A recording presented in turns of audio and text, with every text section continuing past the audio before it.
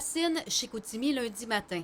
Des employés de l'Office municipal d'habitation et du service des incendies de Saguenay viennent de quitter le logement d'un locataire de cet immeuble de 80 unités.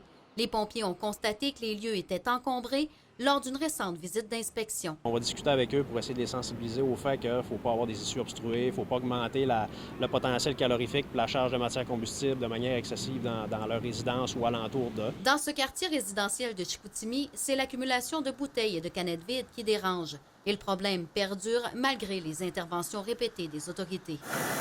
Les propriétaires de ce bâtiment de la rue Sainte-Anne, toujours à Chicoutimi, ont été évacués contre leur gré l'an dernier en raison des risques élevés d'incendie.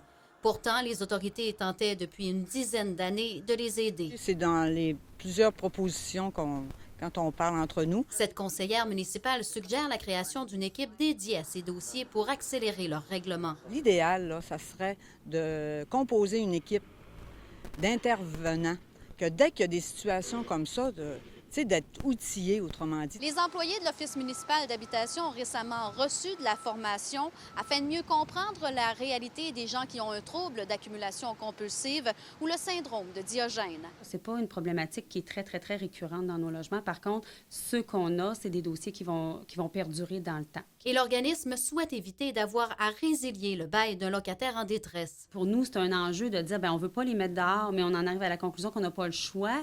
Mais on se dit, bon, peux-tu trouver des solutions autres? Puis c'est quoi les outils d'intervention qu'on peut avoir avec ces gens-là? Oui, notre réglementation municipale nous permettrait de donner des constats d'infraction le cas échéant, mais avant de se rendre là, il faut regarder d'autres options. Parmi elles, demander l'aide des proches, mais le défi premier demeure de faire reconnaître à la personne qu'elle a un problème. Kate Tremblay, TVA Nouvelles, Saguenay.